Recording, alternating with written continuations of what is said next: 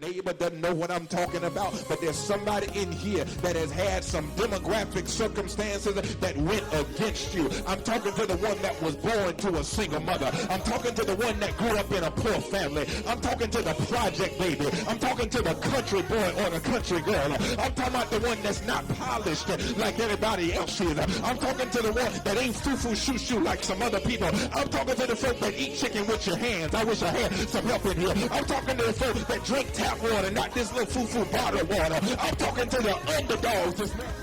We need it. A word to survive. Uplift. A word for the times. We need it. A word to survive. Uplift. The word for the time. I want you to find in your Bibles the book of 1 Timothy. 1 Timothy chapter number 4. I had plans to go in a certain direction based on where we went last week. I was going to continue to deal with the whole Exodus narrative and the numbers and how God's people were journeying, into that promised land. I was going to deal with Joshua and Caleb a little bit more. But then the Lord shifted me and reminded me that our young people were going to be in charge of service today. And so I was shifted towards the book of 1 Timothy, chapter 4. And really all I need to do is read verse 12 of chapter 4, and that will put us right where we need to be. Paul is speaking to Timothy, and he says to Timothy these words: let no man despise your youth, but be thou an example of the believers in word, in conversation, in charity, in spirit, in faith, and in purity. Again, let no man despise your youth. And I want to pause right there for the purpose of preaching this morning as the Holy Spirit shall guide us. I want to talk about the underdog. Old school folks know what I'm talking about. If you are under a certain age, you need to get up at 2 in the morning and watch the Boomerang Network. And you'll see some underdog reruns, but tell somebody, Pastor gonna preach about the underdog today. Thank you. You may be seated. The underdog. With this being the 4th installment of our leadership series, my prayer up until this point is that you and I are moving toward a more biblical view of what leadership is. A word view versus having a world view, because with so many different viewpoints and with so many different opinions, it is critical for you and I as Christians to be armed with the truth of what God's word says about us.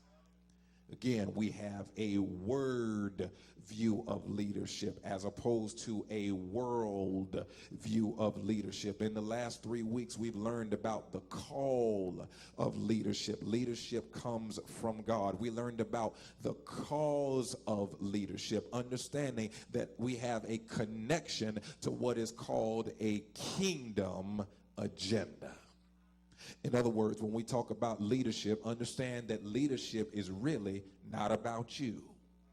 Even though you may hold a position, even though you may sit in a certain seat, even as I stand here as your servant leader, the truth remains that it is not about me. It is not about you. It's not about where you think you should be in life. It's not about where you think you deserve to be placed in whatever position, wherever you are at this moment, whatever season you are in your personal journey. Understand that God has assigned you there, not for your own purpose, but for his will to be done. Have I got a witness here? Wherever you work there on assignment. Whatever level of education you have, you on that campus on assignment. You may not even like where you are. You may not even like the people you are surrounded with, but the fact remains that you are not your own. You do not belong to yourself. You were bought with a price. Talk to me here. And at some point, you have to embrace your charge as a God-called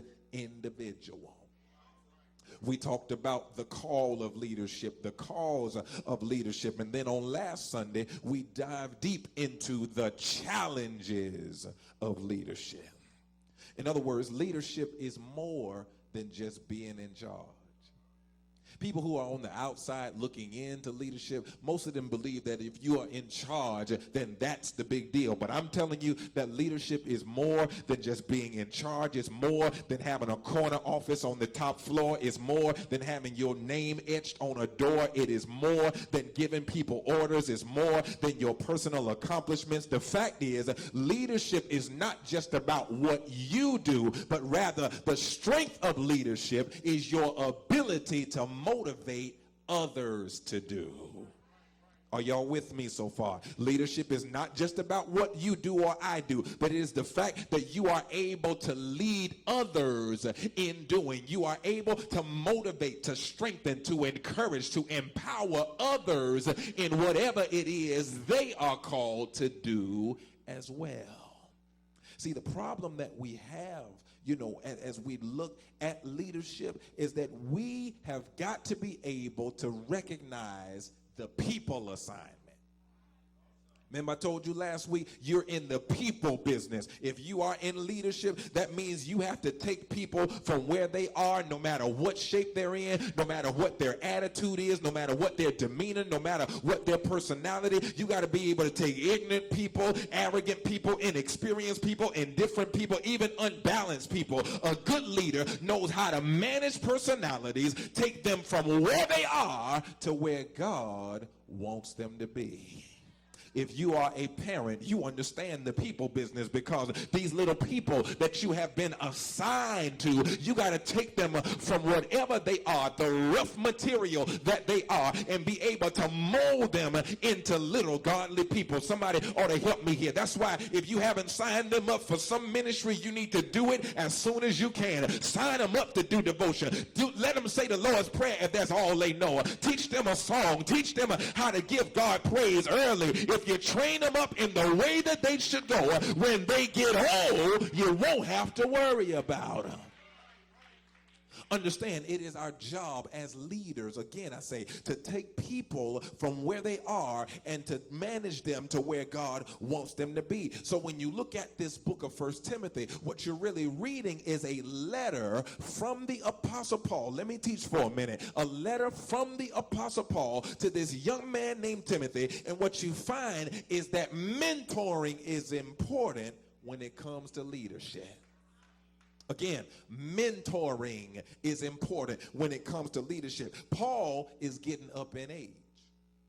He's getting ready to send, a letter to the people of God talking about, I have fought the good fight. I have finished my course. I done all I can do. I'm getting up there in age. So Paul understood that he was reaching the end of his assignment, but yet he also recognizes the need to train his replacement.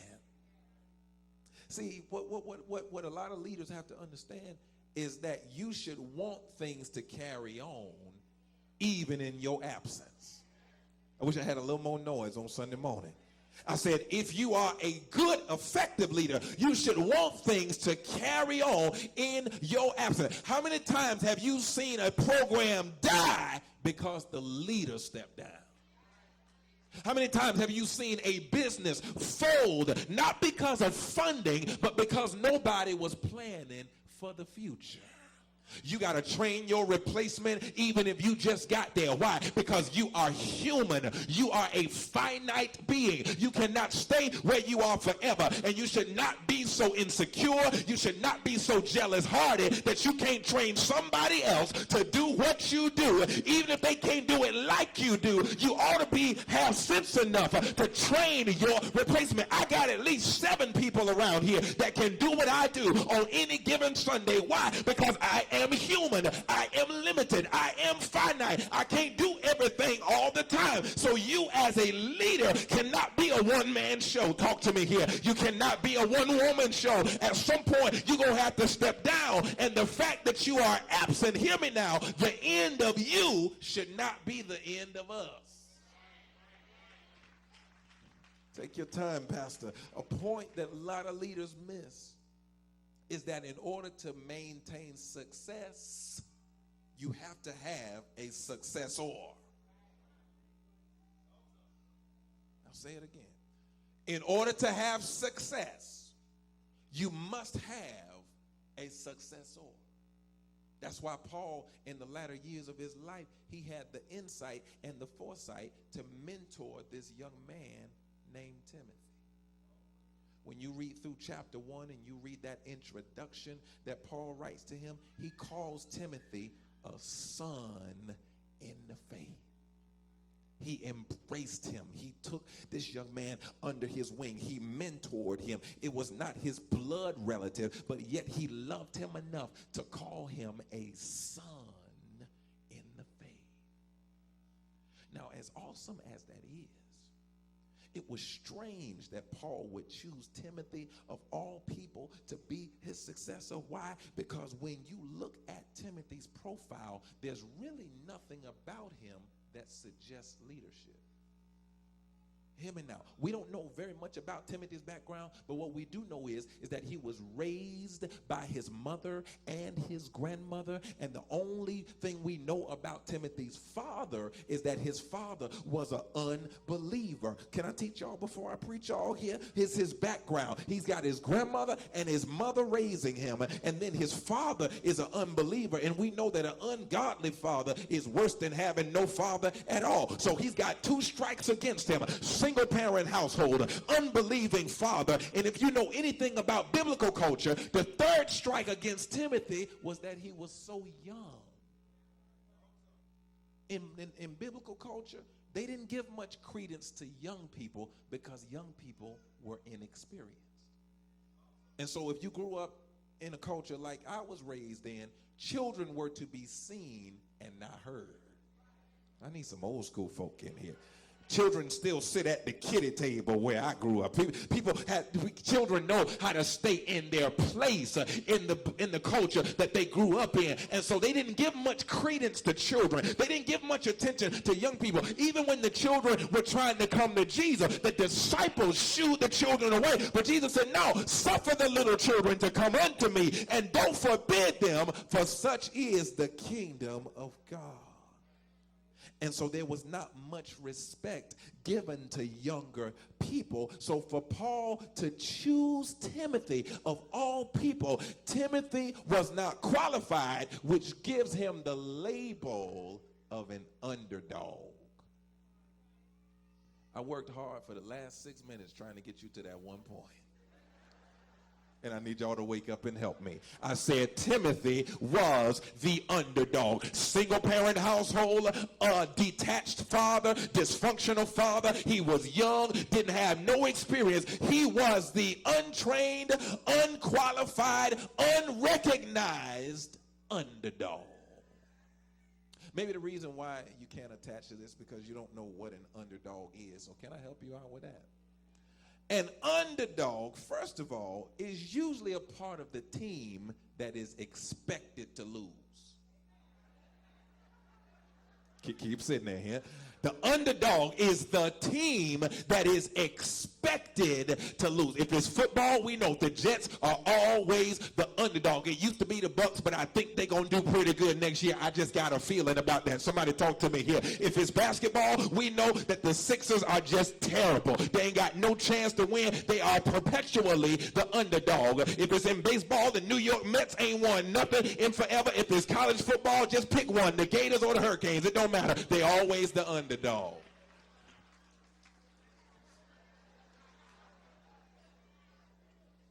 And so it's understandable that the underdog is expected to lose. When Hampton University plays Kentucky in the tournament, they are the underdog. They're not expected to win.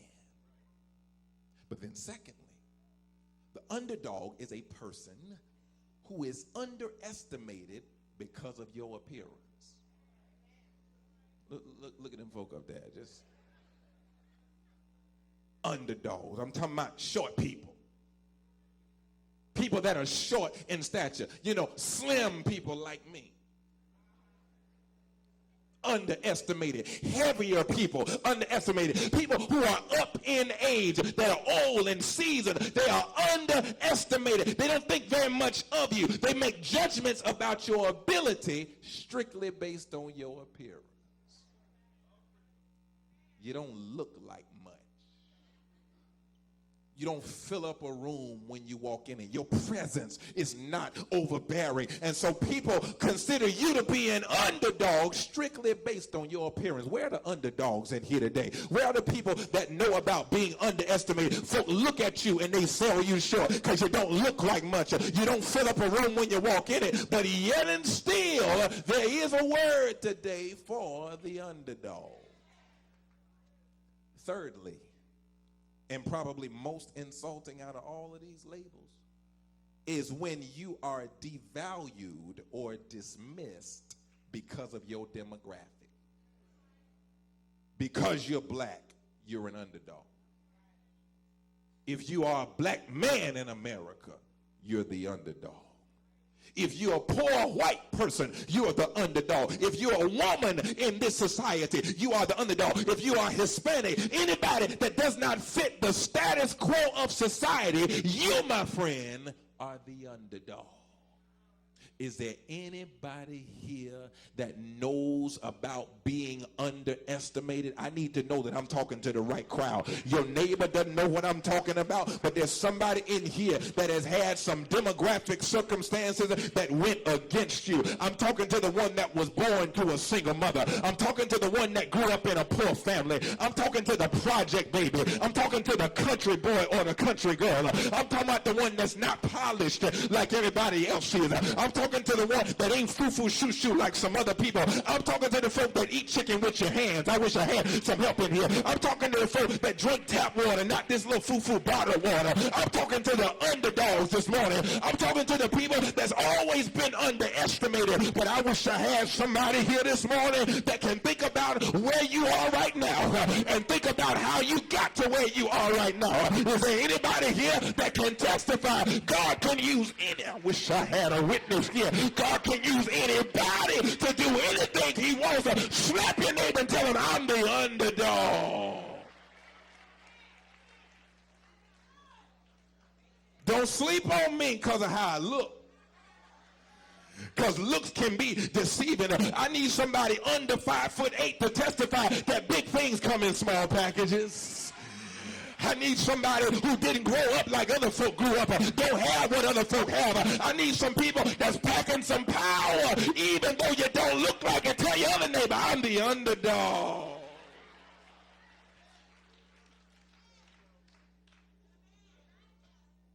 Paul picks an underdog to be his successor.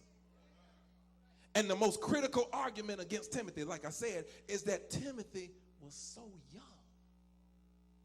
That's why this 12th verse is so powerful. Think about it. This young man, you got older folk, most seasoned folk looking like, how he going to be the next leader of the church? How's he going to lead us?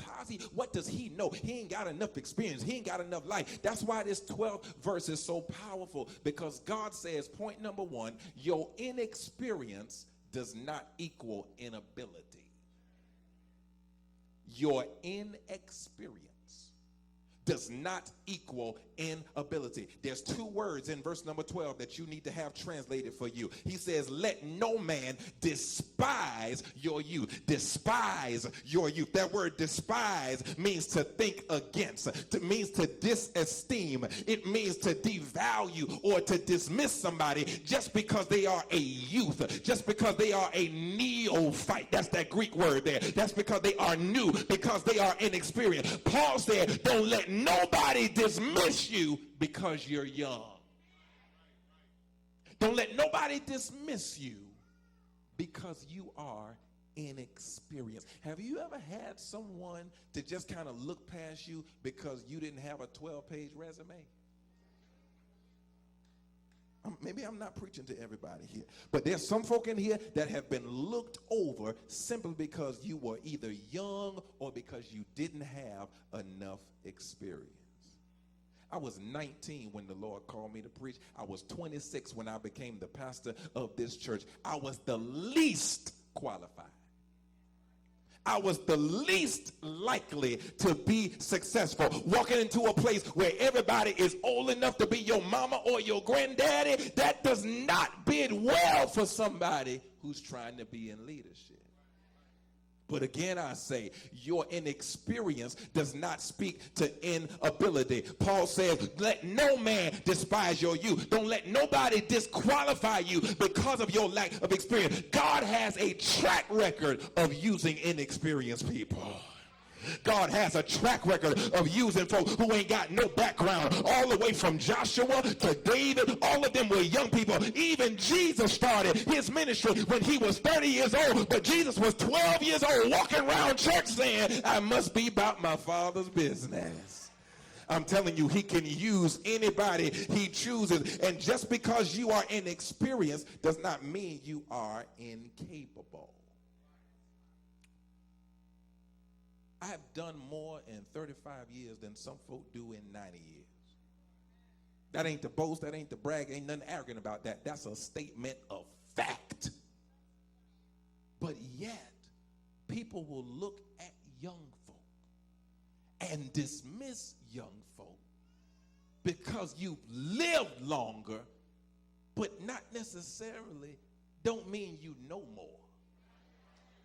I know some old ignorant folk. I wish I had some help here. And I know that some young people can provide leadership. It's not about years of experience, but it's about what God decides to do. And he will give you what you need when you need it. See, there's a young person who feels like you can't be used until you get older. But listen, at some point, you got to get started. And you don't wait till you're 50 to get started.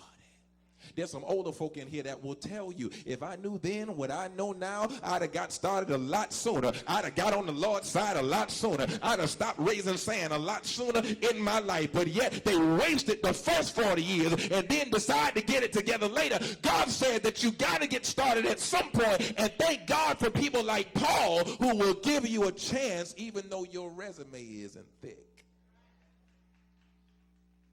So for young people that don't feel like God can use you, again, I say your inexperience does not equal inability. And for those of us that are young and did start early, that's a benefit to you, because by the time you get to be 40, by the time you get to be 50, you can cruise. Y'all ain't feeling me. Y'all don't understand. I ain't doing this till I'm 80. Sit there if you want to. I ain't going to be y'all's pastor for 50 years. No, sir, no, ma'am. No.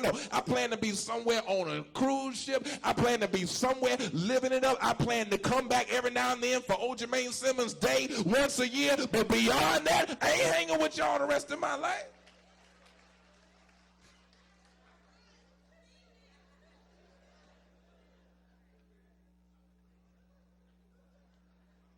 I can already see it. I can see it. 20 more years to go, and I'm gone. I'm gone. What was my point? I'm just all off now. I was in the Bahamas somewhere. I'm sorry. Yeah, listen. Now, young people do have value, okay?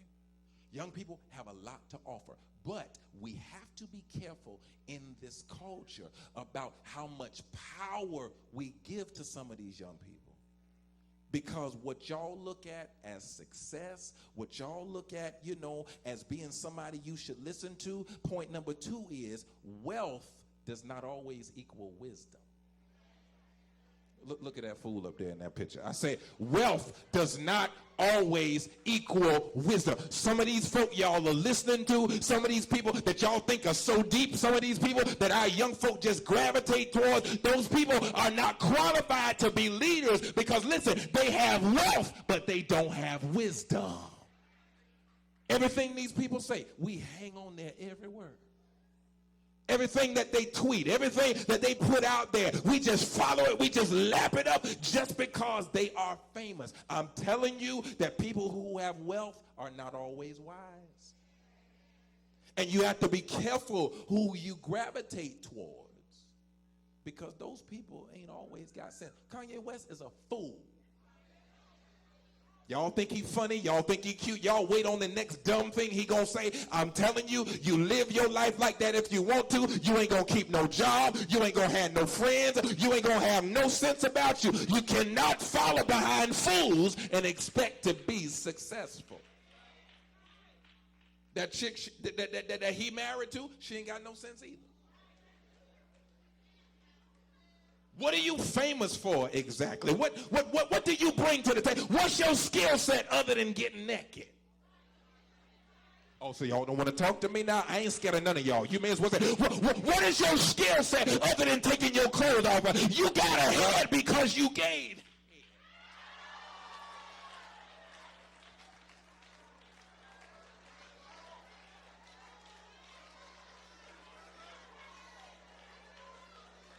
Your daddy is a lawyer, was a lawyer, but you are famous for nothing.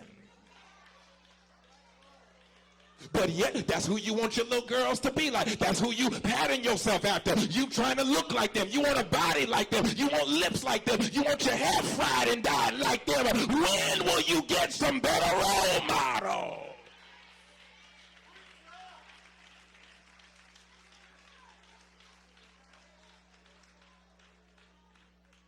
Just because they got wealth don't mean they got wisdom. And how many wealthy people, how many rich people have you seen commit suicide? How many wealthy people do you see in drug rehab? How many rich people that are depressed each and every day? Wealth does not bring you wisdom.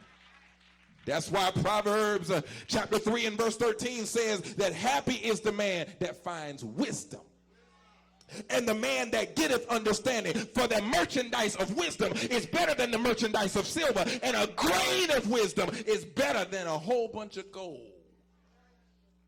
Old folk put it this way: I'd rather have Jesus than silver and gold. I'd rather have Jesus than fortunes untold. I would rather have Jesus more than anything else in this world. In all you're getting, get you some wisdom. Our task as leaders, I'm moving forward, is to prepare our children for their destiny. We don't know what they're going to turn out to be. We don't know what our kids are going to be when they grow up. They want to be a whole lot of things right now. But you and I have to at least expose them to some things, as I said a few weeks ago, and put them at least on the right track so that when God does call them, they can recognize God's voice. Not only that, but as a young person, understand you do have power. And point number 3, you need to recognize the power of your platform. Recognize the power of your platform. I'm talking to the 13s and ups right up in here. I'm talking to all of us who are connected to social media on some level. Understand, come back to me. There's a power in that platform. You got all these different mediums, all these different things that are available to you. You got to use that to spread a more productive message. You have a platform that the previous generation didn't have. You have an opportunity that the previous generation didn't even have. If you got 300 people that will friend you on Facebook, that's a platform. That's a medium for you to get some kind of message out. If you got 100 people that will follow you on Twitter, that's a platform. You can use that for something productive. If you got 200 nosy people that just want to see your pictures,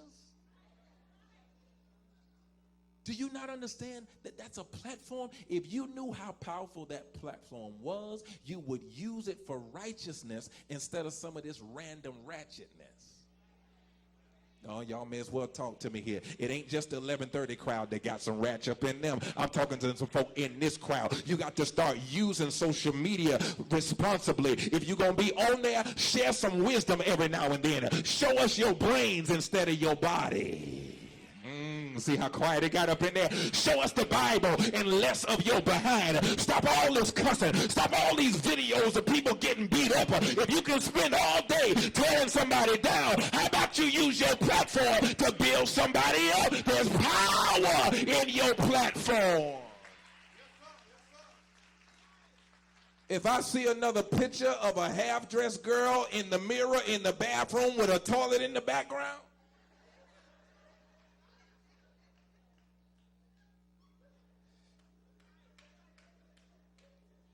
I mean, take a picture against a brick wall or something, but a bathroom with a toilet stool in the back. Tell your neighbor, that's not cute. That's not cute. I mean, crop the toilet out. I mean, you know, fix the background so it don't look like you in a restroom. You got 200 people that will follow you, that will listen to you. So why not put something out there that's more productive? 11 years ago, somebody asked me, they were like, Rev, you on Facebook? I said, what is that? This is 2004. I'm like, what is Facebook? Well, you know, it's a thing where, you know, you update your status and you tell folks. I said, no, I ain't getting on that. What do I need folk to know where I am at all times for? Why I need to, you know, share all my business? I don't want folk to know I'm not home. Then they gonna break in my house when I ain't there. I did not see the point until I recognized the power of the media, to where I don't have to use it like other folk use it. I can use it to put out a word from the Lord. I can use it to encourage people. I can use it as a productive platform, and y'all can do the same thing. I don't care that you're at the store. What else you got? I don't care you got a new pair of J's. What else you got? I'm trying to help you. Use your platform to help open doors for somebody else. You have power. You just don't recognize it. If I can get these underdogs to see your potential, we can create a whole generation of leaders in our community. When I hear that young lady talk, my wheels start turning. I'm like, where can we put her? Where can we send her? Where can we make her an ambassador to some other young folk? We need to send her all over Leon County School to talk. She's just a sophomore, but my wheels are turning. We can make a leader out of her. Her daddy already done a good job, so we can capitalize on that and make her the face that young folk need to see. Because chances are, watch this, chances are your daughter is going to look up to a 17-year-old before she looks up to a 37-year-old. So you better find some young folk that you can lift up in front of your children. You better find some young girls, some young boys that you can lift up in front of your children, because those are the ones that they're going to gravitate toward. These kids think I'm old and I'm a young person, but yet I got to find some folk that's younger than me that my son can latch on to, because when my son look at me, he already made up his mind. I don't know what I'm talking about. He got this thing now where he watches TV and he say, Daddy, did y'all have that back in the good old days? I'm like, hold on a minute now. My day was just, a few years ago. Don't paint me like I'm ancient or something. No, I'm still in my heyday right now. I'm living the best years of my life right now. But you got to find some younger people to help your children have better role models. That's the point I'm trying to make. And so understand this. Point number 4, use your influence to inspire good in others. I'm just about through.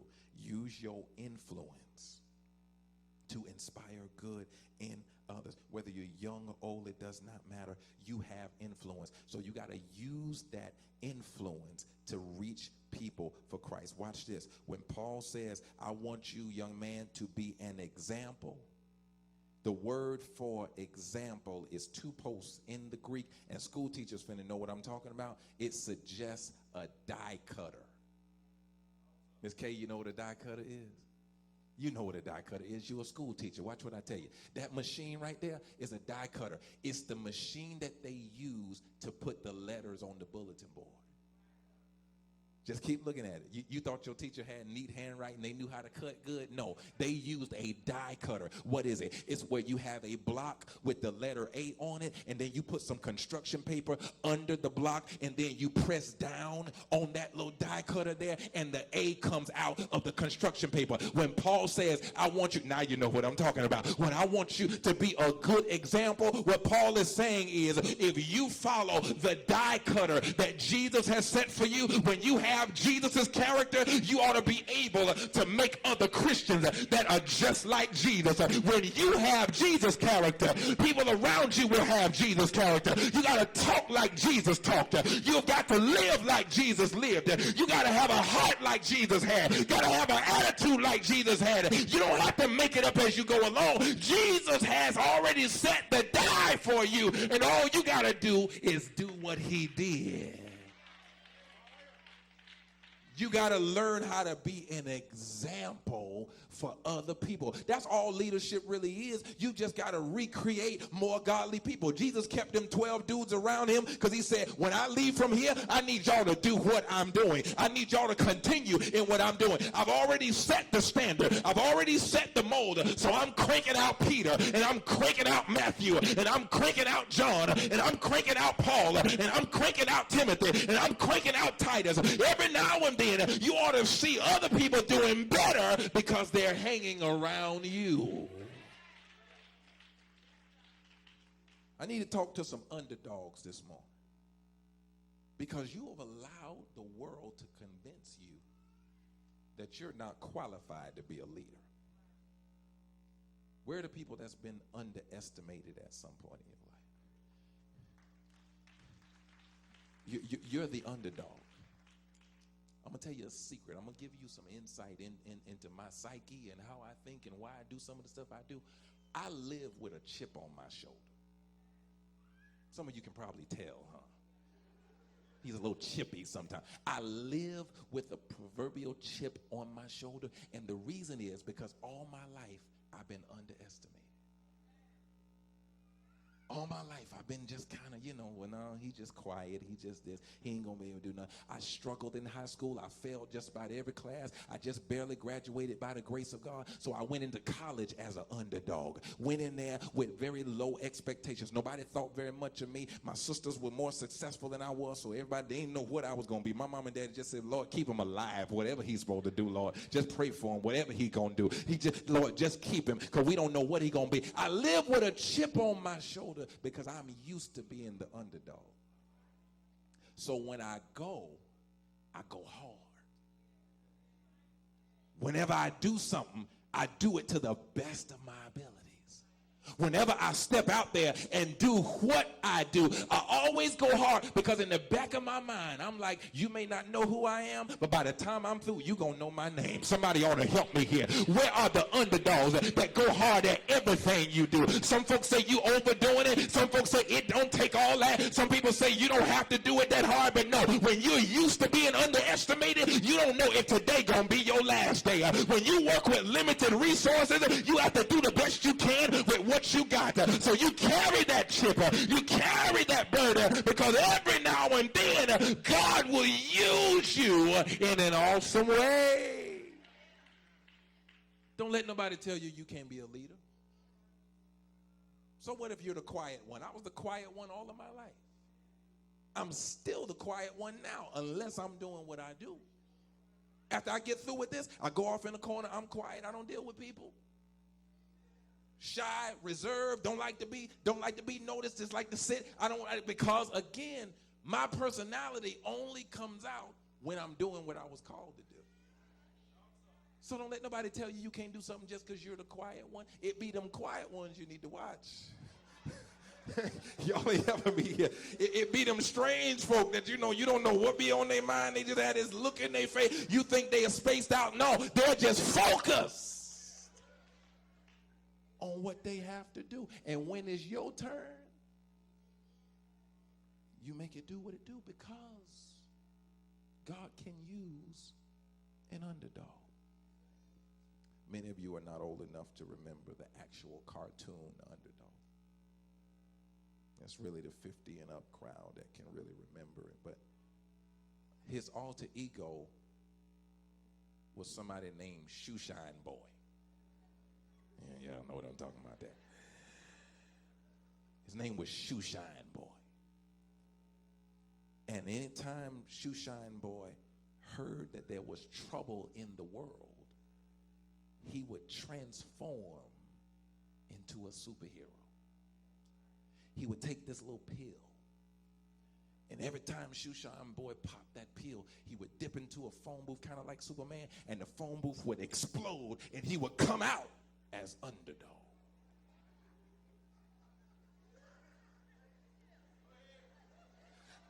Some of y'all can't relate to that, but I got some 70s and 80s babies. Y'all remember Hong Kong Phooey? Talk back to me here. I'm talking about he was just a mild-mannered janitor. He would just be pushing that broom in the police station. But when he heard that trouble was on the horizon, he would dip down into the janitor's closet, and it would drop him down into the garbage can. And when he emerged from the garbage can, Hong Kong Phooey came out as a kung fu superhero, don't you know?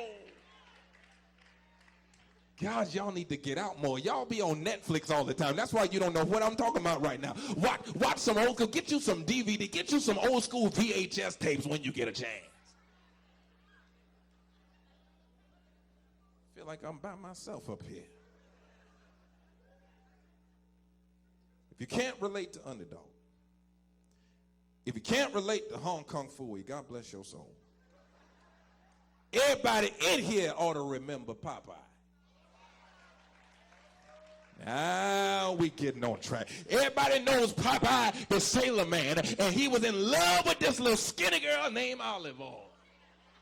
She wasn't much to look at. She wasn't very attractive. Her voice was so annoying. Oh, Popeye. You don't know why he loved her, but Popeye loved him some Olive Oyl.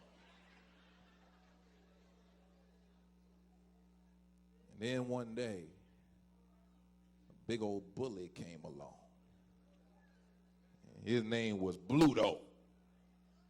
And every chance Bluto got, he would beat up on Popeye and then take Olive Oyl hostage. He would tie her to some railroad tracks and big old train getting ready to run over, and he would just beat up Popeye every chance he got. But then Popeye had a secret weapon. He would reach down into his little shirt pocket. I don't know how you keep a can of spinach down in there, but he reached down in there, and every time Popeye took his spinach, it transformed him into a mighty man of valor. That spinach gave him, y'all don't realize what I'm preaching here, he had the power to beat up the enemy. Not because of who he was, but because of what he had in him. Before the spinach, he was just a weak old sailor. But every time he took that spinach, somebody ought to help me close, he was given the power, the supernatural ability to defeat the enemy. Is there anybody here knows about being the underdog? Anybody know about being underestimated? Well, I want to tell you about another underdog. If you don't know Hong Kong Fooey, if you don't know Popeye, if you don't know the underdog, let me tell you about a man named Jesus. He was born in a barn in Bethlehem that made him an underdog. He was raised up in the projects of Nazareth that made him an underdog. His mama was a teenager and his stepdaddy was a carpenter. Tell somebody that's an underdog. But when the Lord got ready to use him, somebody knows where I'm going. He reached way down for some supernatural power, and he was able to do what his father called him to do. God took a zero and made him a hero. This underdog turned water to wine. I said this underdog walked on water and calmed the storms. I'm talking about this underdog fed 5,000 with 2 fish and 5 loaves of bread. Somebody ought to be getting happy here. I said this underdog opened up blind eyes and raised up the dead. When they looked at him, they said, is this not the carpenter's son? We grew up with him. We went to school with him. He's an underdog. But I'll stop by to tell you that when the Lord is with you, he'll raise up an underdog to do great and mighty things. Because one Friday morning, he took a project baby and gave him a purpose. He took the carpenter's son and gave him a ministry. When he died on Calvary's cross, Satan was a big bully, and the church was olive oil. The bully held a hostage all day Friday, and all Friday night he danced on Jesus' grave and said, I got your girl here. I'm holding her hostage all day Saturday and all Saturday night. But tell somebody, Sunday morning, he got up with all power. Dunamis power, exousia power in the hollow of his hands. Is there anybody here know how it feels to be the underdog? You wasn't rich enough. You wasn't smart enough. You wasn't cute enough. But shake somebody's hand. Give him your testimony. Turn to your neighbor and tell them these words. Tell them, I know what it feels like to be an underdog. Tell them, I know what it feels like to be talked about. Tell them, I've been dismissed because of my background. I've been put down because of my looks. But tell them, greater is he that is in me than he that is in the world. If God is all you have, tell your neighbor that's all you need. I don't need a pill because I got his power. I don't need spinach because I got the Holy Spirit. Is there anybody here ever been an underdog? Help me testify. It's not the size of the dog in the fight, but it's the size of the fight in the dog. Say yes! Say yes!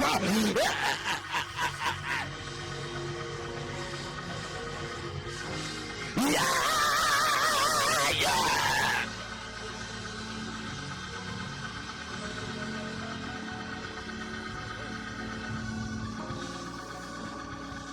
I gotta go.